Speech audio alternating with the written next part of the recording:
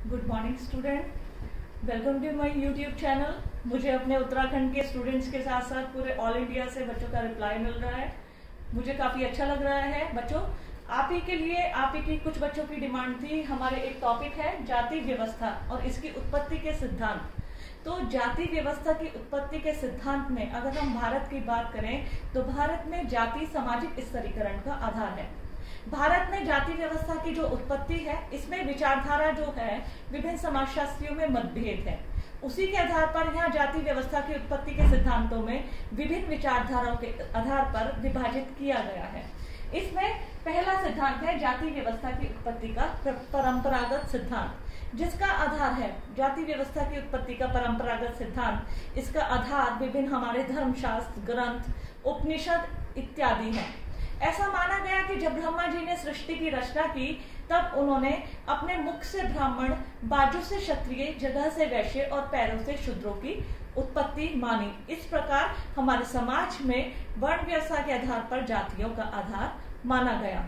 इसी प्रकार ऐसा माना गया कि महाभारत में एक शांति पर्व था, उसमें बताया गया श्री कृष्ण ने 100 ब्राह्मण, 100 क्षत्रिय, 100 वैश्य और 100 शूद्रों को उत्पन्न किया और उससे हमारे सोशल सिस्टम, हमारी सामाजिक व्यवस्था को जिससे सुचारू रूप से संचालित हो सके, इस आधार पर विभाजित किया। तो ये पहला सिद्धांत आता है जाति व्यवस्था की उत्पत्ति का परंपरागत सिद्धांत। दूसरा आता है जाति व्यवस्था की उत्पत्ति का प्रजातीय सिद्धांत। वास्तव में अगर हम प्रजातीय सिद्धांत की बात करें तो G.S. Ghurye, Herbert रीजले, D.N. Majumdar इत्यादि जो हमारे समाजशास्त्री ने, इन सभी समाजशास्त्रियों ने जाति व्यवस्था की उत्पत्ति के लिए प्रजातीय विचारधारा, प्रजातीय मिश्रण और अनुलोम विवाह को उत्तरदायी माना। वो कैसे?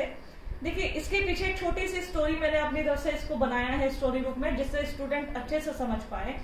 भारत में प्राचीन काल में यहाँ की मूल निवासी थे द्रविड़ प्रजाति के लोग। द्रविड़ यहाँ की मूल निवासी माने जाते थे। आर्य लोग फारस में रहते थे। उन्होंने भारत पे आक्रमण की योजना बनाई। उन्होंने भारत के जो मूल निवासी थे द्रविड़ प्रजातियों पर आक्रमण किया और आक्रमण के बाद उन्होंने यहाँ के मूल निवासियों को, किसको? द्रविड़ों को युद्ध में परास्त कर दिया आर्यों ने। तो जब आर्यों ने भारत में यहाँ के मूल निवासी द्रविड़ों को परास्त किया तो उन्होंने भारत को देखा कि भारत बहुत समृद्ध देश था। उन्होंने यहीं बसने की योजना बनाई। युद्ध के उद्देश्य से आए थे तो अपने साथ स्त्रियां नहीं लाए।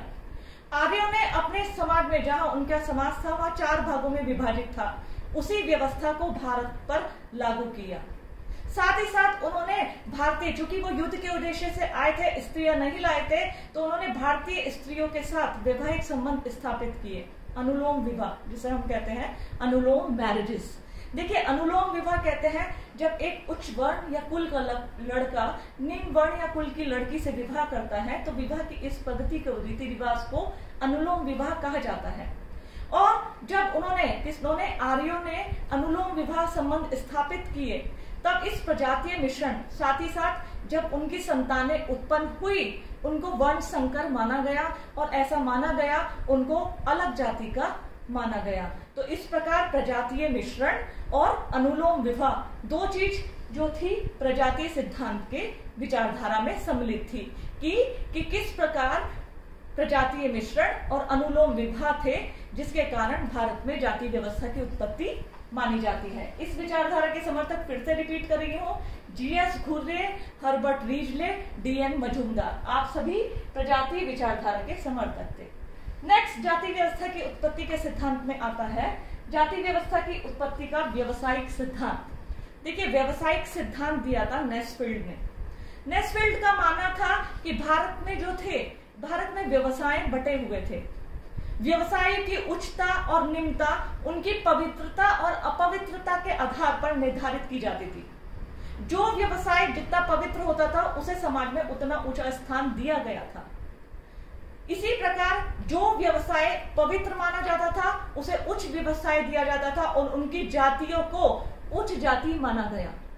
इसी प्रकार नेस्फील्ड कहते हैं व्यवसायों की उच्चता और निम्नता के आधार पर भारत में जाति व्यवस्था का जन्म हुआ। जिस प्रकार ब्राह्मण का पूजा पाठ का, पढ़ाई का, वेदों का उच्चारण का, ये सब कार्य हमारे समाज में, चूंकि भारतीय प्राचीन काल में समाज एक धार्मिक समाज, धर्म को अधिक महत्व दिया जाता था, इस कारण उनको पवित्र माना गया और पवित्रता के कारण ऐसी जातियों को भी उच्च जातियां माना गया। इस प्रकार जिस प्रकार की व्यवसायों की उच्चता और निम्नता उनकी शुद्धता और अपवित्रता के आधार पर निर्धारित की जाती थी, उसी प्रकार समाज में जातियां भी उच्चता और निम्नता के आधार पर उत्पन्न हो गई। इसी प्रकार नेक्स्ट हमारा सिद्धांत है धार्मिक सिद्धांत। देखिए, जाति व्यवस्था की उत्पत्ति का धार्मिक सिद्धांत सेनाट ने हमें बताया था कि भारतीय जो समाज था, प्राचीन भारतीय समाज एक धार्मिक समाज था। धर्म को बहुत अधिक महत्व दिया जाता था। धार्मिक कार्यों को यहाँ पवित्र माना जाता था। ऐसा माना जाता था कि व्यक्ति जो पूजा पाठ पठन के कार्य हैं, ये बहुत पवित्र हैं और इन्हीं पवित्रता के आधार पर इन्हें समाज में ऊंचा दर्जा था। जैसा कि मैंने अभी आपको व्यवसायिक सिद्धांत में बताया कि धार्मिक सिद्धांत के अनुसार धर्म से संबंधित सभी कार्य पवित्र माने जाते थे और उन्हें समाज में ऊंचा स्थान प्राप्त था। बहुत सारी कथाएं, लोक गाथाएं, बहुत सारे हमारे ग्रंथों में ऐसी चीजों का स्पष्ट उल्लेख है जहां एक अपराध के लिए ब्राह्मण जाति के व्यक्ति को माफ कर दिया जाता था और सेम उसी अपराध के लिए एक निम्न जाति के व्यक्ति को कड़े से कड़े दंड का प्रावधान किया गया था। तो कहीं ना कहीं व्यक्तियों की धार्मिकता के आधार पर उसके जाति को निर्धारित किया गया था कि जो जिस प्रकार धार्मिक कार्यों से जुड़ा है वो समाज में उतना ऊंचा स्थान प्राप्त करता है। तो स्टूडेंट्स, ये आपके जाति व्यवस्था की उत्पत्ति के सिद्धांत है जो कि बहुत इंपॉर्टेंट है, आप इसको कर लीजिएगा।